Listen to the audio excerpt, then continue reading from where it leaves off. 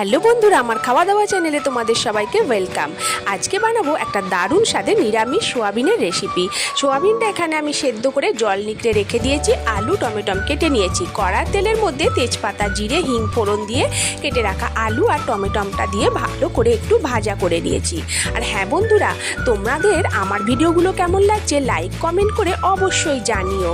এরপর এতে আমি আদা বাটা, ধনে জিরে গুঁড়ো, লঙ্কা হলুদের গুঁড়ো দিয়ে মশলাটাকে একটু কষিয়ে নিয়ে তাতে পরিমাণ মতো নুন আর স্বাদ অনুসারে সামান্য একটু চিনি দিয়ে সেদ্ধ করে রাখা সোয়াবিনগুলো দিয়ে আবারও ভালো করে কষিয়ে নিলাম। মশলাটা কষানো আমার রেডি হয়ে গেলে তাতে আমি দিয়ে দেব পরিমাণ মতো জল। জলটা আমি উষ্ণ কুসুম গরম জল ব্যবহার করেছি। জলটা দেবার পর এটাকে আমি কুকারে দিয়ে দেবো তাড়াতাড়ি করার জন্য। কুকারের মধ্যে ঢালার পর এতে গরম মশলা আর ঘি দিয়ে আমি 4টে সিটি মেরে নিলাম। এতে আমার গ্যাসের আর সময়ের দুটোরই সাশ্রয় হলো।